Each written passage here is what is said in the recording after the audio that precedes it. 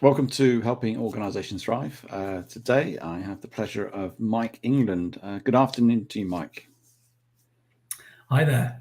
Thanks for allowing me to join you today. Yeah, it's good to see you and to speak to you today.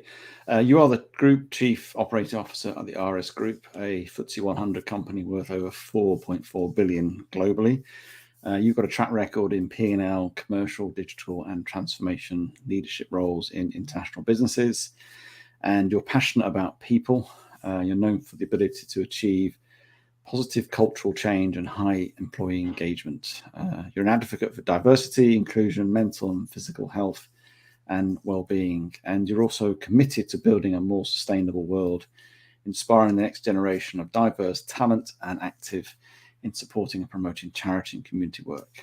So talking about a lot about people, a lot about passion today. And you have your personal purpose is to energize, empower, and encourage, which I'm sure we will touch on as well.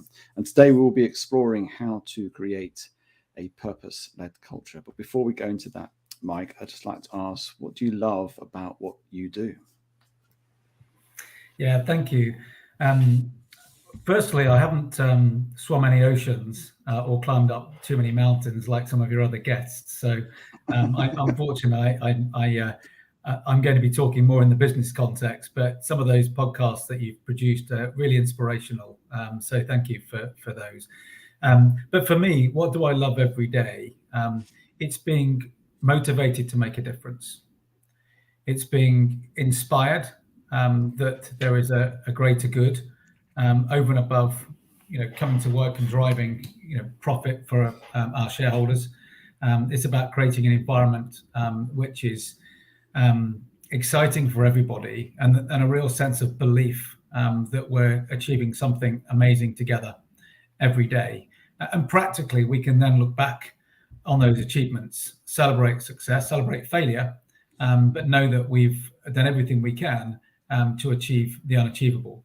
And I just think that for me is just something that inspires me as a human being and as an individual.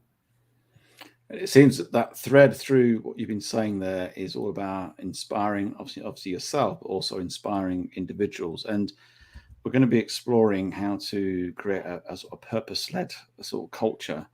But I think it'd be good as a start point, because I always like to get a real clarity on this podcast. Is how would you define purpose, Mike? Where would we start with that?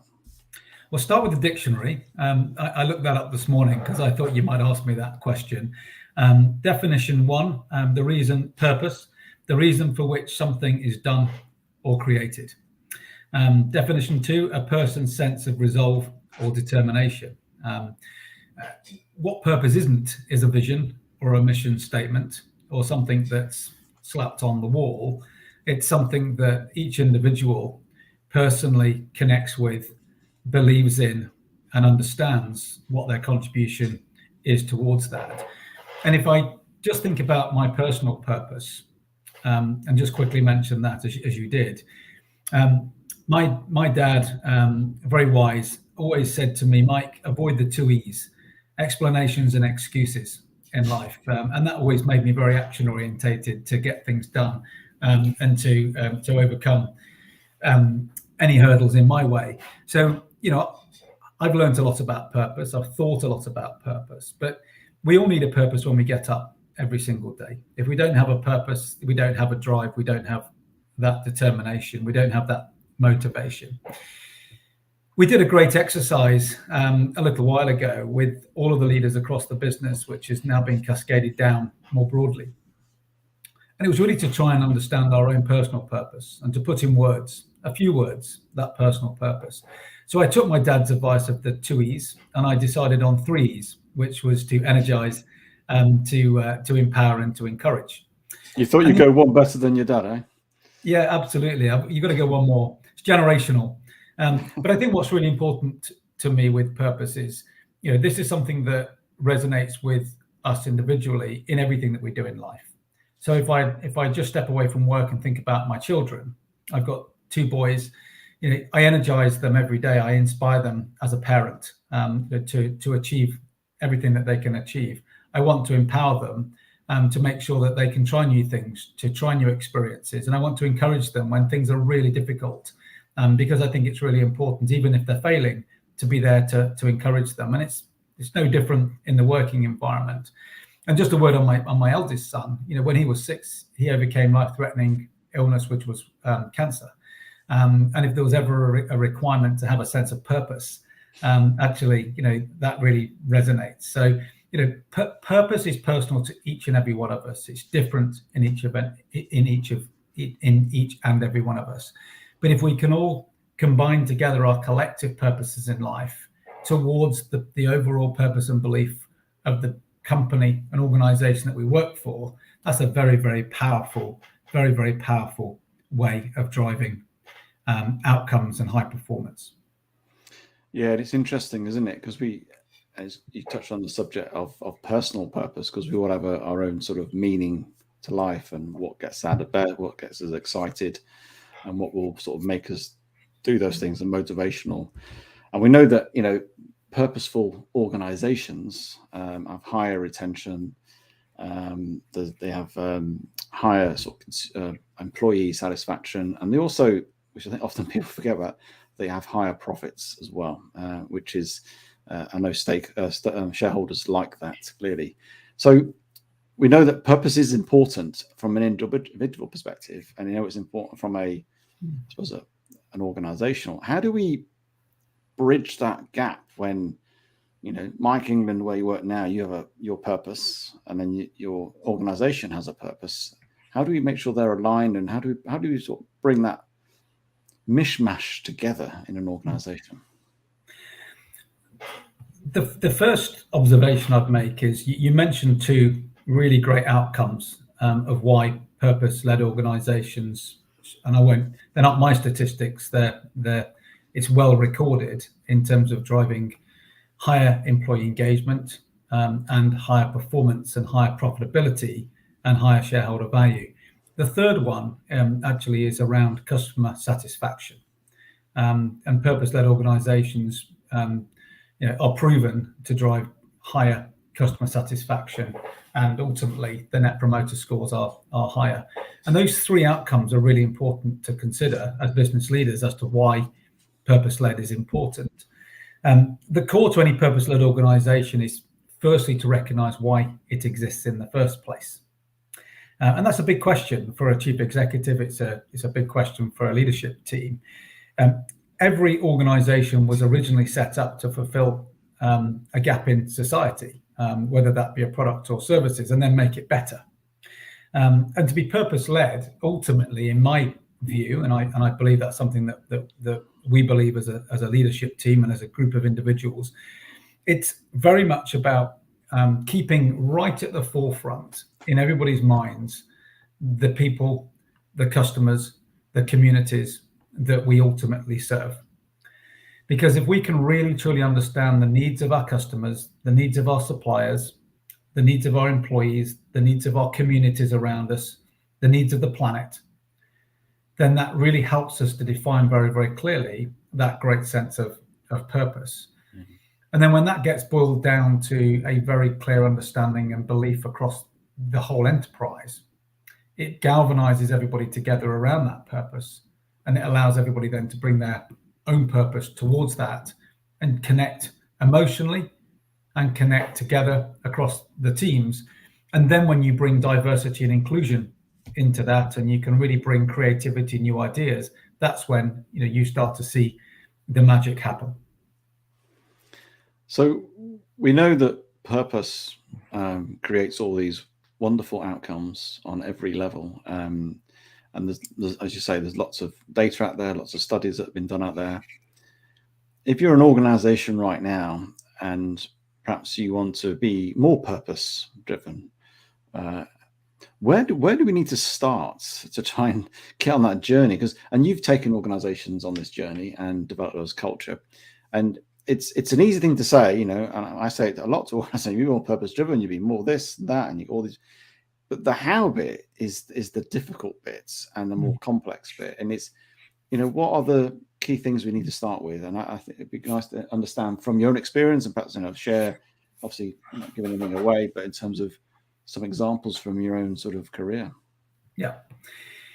That is the $1 million question. The first thing's for sure, this doesn't happen overnight, and you have to work at it, and you need real alignment across the whole business in order to ensure that a business can transition to become more purpose-led. But I would say that there are 5 key elements to success. And this isn't out of a textbook. This is just my view, but it's certainly, from my experience. The first is accepting, and for every leader in the business, at whatever level they operate, is to accept that people come first. It is the people within an organization that drive the contact with customers, the contact with suppliers. They run the operations. They're the ones that are ultimately there every day making it happen. And so by truly spending time connecting with our people, listening to people, understanding what is happening both in the business but also in their interactions with customers, in their interactions with suppliers, being out in the marketplace, that's a great starting point as rule number 1. And with that, thinking carefully around the environments that you want to bring your people together in order to work, which I'll come on to. But I think, number 1, people are your most valuable asset. And it's about spending time to listen and to learn from the people. How do we make that a reality? Because I know we all, a lot of people quote that, people are your greatest asset. And we've all heard that over years. And I have. And it's sort of gone a bit like, oh, yeah, really? It's all about the profits, really. How do, as a leader, get over that sort of slight negative overtime that's happened over years? Because in some companies, it's not been the greatest asset, or it's not come out that way. How do you truly make people your greatest assets as a reality? So visible leadership, I think, is absolutely critical. Being present, removing the spans and layers that exist in an artificial way, and actually getting right across the organization and spending time as leaders talking to the teams, understanding the work that they do, understanding the challenges and the problems that they face, understanding the opportunities, listening and learning. There's always going to be choices. There's going to be things that can be done. There's going to be things that can't be done. But if leaders are open to listen and they're there to support and encourage people on the ground, that's a really good starting point. And it's important that leaders are able to span across layers of organizational complexity to ensure that there isn't a big divide between the very top of a company, if I may use that language, to the bottom of a company. Actually, everybody is contributing towards the success of the business, and everybody should be seen to be equal in a company, but it's about creating conversation to start with. And with that, you've got to then, and the second point I was going to talk about was understanding the why, understanding what is the belief, what is that overriding purpose that everybody is there coming to work every day to achieve. So my advice there would be read a great book by Simon Sinek, which is called Start With Why. I'm sure you've probably had podcasts that have mentioned this in the past, but I was given that book now over 20 years ago, maybe 15. I probably got my dates wrong.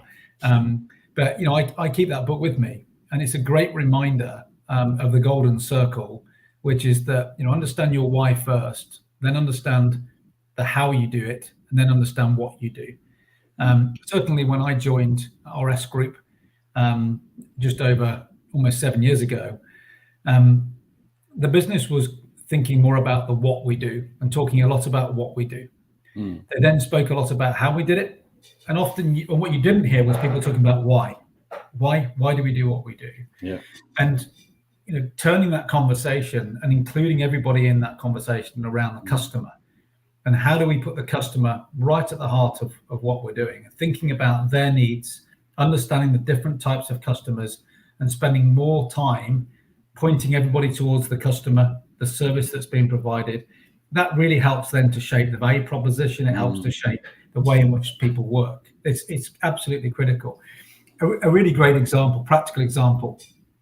We as a team, it must have been 6 years ago, created this idea of having customer personas, and we got everyone in the organization who wanted to get involved to design their customer.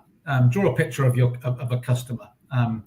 It could be in our world because it's servicing typically the engineer or the buyer. It could be the design engineer. It could be somebody that is running a factory. And we chose around 25 of these customer personas, and we had them made into life-size freestanding cardboard cutouts. And they had a caption. There was Pippa from purchasing, and her requirement was to reduce total cost of procurement. And so we then placed these customer personas around the business, and we asked people to take the customer personas into meetings, so that there was always a customer in the meeting. So the conversation got directed towards, well, what will Pippa want? What will Pippa be thinking about as the customer? It was fun, but it was also extremely powerful in turning the conversation away from often an internal conversation, which can be, cross-functional, more complex businesses, it can get you stuck, towards practically talking about, well, what are we all doing here today that's going to help Pippa to be more successful? So, really, really spending time understanding the why in the eyes of the customer. And the greatest moment, by the way, of the customer personas was when we sent them on a coach to a board meeting, which was fantastic. The personas? The personas, yeah. They all had a seat on the bus, and they were taken off down to the board meeting, which was great fun. You were taking this really too far then, weren't you, Mark? Because they were on airplanes, they were flying all over the place, weren't they? you can't not have a bit of fun as well. There was a diary of a persona coming out of this as well. I'm sure there's something. I think that's a really good idea. It's interesting how creating that sense of meaning, or that why, that an understanding in every level is why then people then go, the reason I'm doing this, whatever I'm doing, part of the process of this business is attached to a bigger purpose, a bigger meaning, a bigger impact. But I really like the idea of that customer persona, bringing that physically. You can't, I mean, and there's funny side to it, but I think there's some real impact. Well, that's why you had real impact with that. What's your thoughts on, you talked about Simon Sinek and obviously, understanding your why.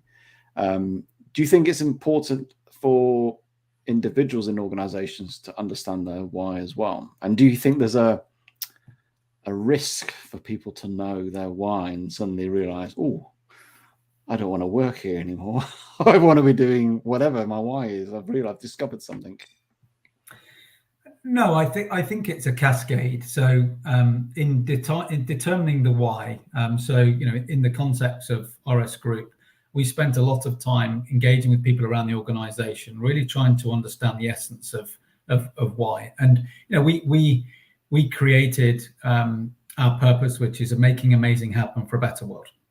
And whilst how do you relate to that in the sense of supplying industrial products and services around the world globally, the essence of the business was around making amazing happen for a better world. And that's all about ultimately for our customers, for our suppliers, for our employees, for our communities, and for our shareholders. And underneath that, we created three layers really. One which was inspiring to make a difference. So it's okay to be completely out there and spend a proportion of your time just thinking about the new and the different, because if we stand still, but that could be about how we pack a box in a warehouse, all the way through to creating a completely new channel to market. The second was around innovating to make more possible. So it's creating this notion that we want people to be all the time innovating. That's linked to continuous improvement, but it's also getting people to think about even processes that slow you down. How do you just innovate to make them better? And finally, it was about delivering to make it happen. And ultimately, as a distribution company, so sending out 65,000 parcels a day, every single one of those deliveries is going to help a manufacturing facility or a utility company or a school or a hospital to continue to keep the lights on, or to keep their production lines running, or to make sure that we're helping them to build in their production environment. So by creating that framework around purpose, making amazing happen for a better world, inspiring, innovating, delivering, we spent then lots of time across the organization inviting our teams to just talk about that. talk about what it means to them. So if you're working within a distribution center, what are you doing every day to inspire, either inspiring your colleagues or inspiring yourself? What are you doing every day to innovate, to think differently about how you might want to make that process better? What are you doing every day to make sure that we deliver as a team, or deliver the results, or deliver the parcel? So to your point, when people are then linking their own purpose and their own why to the company purpose, actually it's very easy to start to think about within that framework how everybody can contribute towards that. That's fantastic. That's great. And it's great that you cascaded it, through teams and create that sort of tangible way of, I suppose, tapping into that purpose and really sort of understanding it and what it means for them in their department as individual. Because I think that's the tricky bit always, is to take that almost top level thing and bring it into every person who understands it and grapple with it for themselves, because we all have our own different perspective. So you talk about people first, and I like the idea of being people first. Talk about understanding your why. You got 3 more to. Yes, yes. 5. I just keep interrupting you. You see, that's what it is. Now, the third, which I think we're covering off, is around change your communication style and technique as a business. There has to be a much more modern approach to communication. People that know me know that I love making short 3-minute videos, and sending them out regularly to the teams. And they might just be, here we are today, we're visiting this person in this environment, and let's look at what we're doing. It could be relaying a message, but everything was always very much purpose focused, so constantly, bringing that to life. And actually, more leaders actually it started to enjoy making the videos, and you start to, over time, create a movement of change of communication. But that active two-way communication is really important. Having opportunities to have small coffee sessions, not big groups, because not everybody wants to speak in a large environment. So having small environments where people can share their thoughts, share their views in a safe environment. So really, insisting to create safe environments where people right across the business can come together and feel very open, to be transparent, to talk about what's going well, to talk about what's not going well, to talk about where they don't understand the conversation around purpose. And as a leader, all the leaders have to be empathetic, but they've also got to be humble, to be able to allow space and time in their communication to listen as well as to talk. And that was really critical. And, I thought that COVID, for all of the challenges, brought some unbelievable opportunities for communication. I mean, look at us here today, live, digitally. And, we really embraced that, actually. And we created a leadership movement event where we would have a global digital event. Before we might get 100 leaders together physically, we had 1,200 leaders on one call from around the world. From America, from Asia Pac, from across Europe, from Africa and the Middle East, all on one call. And it was a 2-hour window, but we would make that very purpose orientated. We'd be showcasing success. We will be talking about purpose in action, but it wouldn't be the leaders. It was never the leaders at the top of the company driving that. We brought evangelists from the organization to drive those leadership movement events. And that was very, very powerful, because never before have we been able to connect all the workforce together and starting to bring that to life. And then recognizing that how we might want to deploy our purpose in Australia or China or in America might be different to how we're subtly deploying that within Germany or within South Africa or within the UK, because we've got different cultures, we've got slightly different dynamics in our market, size, scale, maturity, culture. But it was just wonderful to see that come to life, and then get some external speakers to come and help to inspire as well.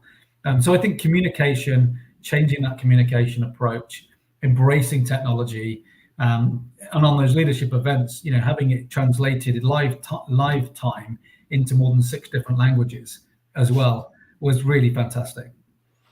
Well, it goes back to your first point, and which I think sort of seems to be almost a thread through all of how you operate, really, this people first piece. how you communicate, and and obviously you gave some examples there of the big stuff, small stuff, but also bringing people in, not just leaders, making it accessible, being present, but it's having that intent, that sense of people first. How best can I communicate with this person in a different language, different culture, or they like to be in a big room, they like to just be a one-on-one. There's no one size fits all, but it's customizing it. And if you have that mindset of people first, which you have, then you steer around that, and that becomes quite a guiding light, doesn't it? How can I be best people first in this scenario? And it makes you more, I would say, more servant type leadership as well, rather than saying it's all about me. It's actually all about them, and how best can I? And if they don't understand it, it's because I'm failing them to communicate well. I think that's it's turning things around. And so I really like that sort of approach, and I like that people first. It's a good starting point and end point as well. I think the fourth point I was going to mention was just visible, engaging leadership, and I think we've covered that quite a lot. And with that, investing time and creating the right environments whereby you can have those conversations and that you can have that interaction, and then allowing people to be empowered to my point earlier, to be able to be trusted to go off now and drive that into the business in the way that they want to drive it into the business, and not to try and make it too structured into too big a framework around that. I think that that visible, engaging leadership goes a long way. Equally, we've embraced a lot of the big topics around diversity. We've got a lot of large employee forums or communities across the business, whether that be to do with Elevate, which I've been very proud to chair, which is promoting women in the business, and just listening and understanding the challenges of being a working mum and trying to hold down a full-time job, and what can we do as leaders to improve that. That's all part of being purpose-led, or whether it be focusing around the ethnic diversity across the business, and really truly understanding what it feels like to be a minority within the business, and how do we use the company. So I think it's creating those communities where people feel that they have a voice, and that they feel listened to, and that there's going to be action that drives from that. And then, as I said earlier, the working environment is critical. If I go back 6 to 7 years ago, the offices were fairly drab, sort of play back to 1980, cheese plants, terracotta tiles, lots of brown. And whilst there is an investment decision and there's capital allocation required, to make investments in the working environment, and you could now argue to say it's a very different environment, full stop. Refurbishing offices, relocating offices to create more open plan environments, to think about creating more space where people can just go and break out and have conversations together, is absolutely critical. And one of the realizations that came really strongly to me when we started to talk about the customer, and we started to map the customer journey from a customer's first interaction right the way through to them returning a product and everything in between. When you started to map the teams and where they got involved in that journey, and how critical one team was to another team. So the content team, for example, is absolutely critical to creating a great web experience. But we can't create the right content unless the people talking to suppliers, are working with the suppliers to ask for the right content with the right product assortment, right the way through to making it really easy digitally for customers to pay, and to return products. So what we found was that, the only way to drive a purpose-led organization to success and to drive high performance is to ensure that everyone understands the role they play, but also how that connects with all the other different teams. And in any large organization, the biggest risk is silo mentality. The biggest risk is everybody sort of, conforms to the hierarchy of the business. And it's how do you break down that hierarchy and make the business almost, flow more to the customer journey and outcomes that's going to drive performance rather than organizational design. And again, I think that was a really big change in the business, so that we created those workplaces where the digital team could come together with the product team, with the marketing team, with the brand team, and everybody could have great open conversations. Whereas those walls were pretty firm between functions in the past. breaking those walls down, creating that openness. Because that's what I mean when I talk about visible, engaging leadership and giving time and space, creating the right environments for people to really do their best work. Well, that's not just visibly in the context of, being visible. That's literally taking walls down visibly, sort of breaking down those barriers, more than just metaphorically. And just before we finish, you had a number 5, because I want us people to go away. They started with 5, we're at 4 now. So I don't want to disappoint people, because might be hanging on there and they're writing notes, because I'd like to write some notes on this, I think. So what will be your final, I guess, way of creating this purpose-driven culture? It's aligning objectives and incentives. In the end, we want to come to work to achieve great things. We also want to drive high performance. So the more that we can align objectives, to my point around the different teams, driving to a common purpose. And if we can really truly understand how all of those objectives and all of the incentive plans in the business all bubble up to achieve, that purpose ultimately, that's then going to deliver value creation for our shareholders, which is delivering profit to the bottom line. We mustn't lose sight of that. Then we got a full house. And I think that people understanding that ecosystem that I've just described is absolutely critical. And as I say, that is not easy. It takes time. But with effort and with everybody pointing in the same direction, increased employee engagement, increased customer satisfaction, increased performance and profit. And just before we finish, a final question to you, really. What do you perceive the obstacles in leadership for building a purpose-driven culture? Open-mindedness. It's the ability to be much more open-minded to doing things differently, not being afraid of change, not being afraid to surround yourself with the very best talent, and the good of the company and the success of the company is always far greater and more important than any individual. But the collective power of every individual combining the forces of their purpose towards one purpose is what ultimately allows organizations to thrive.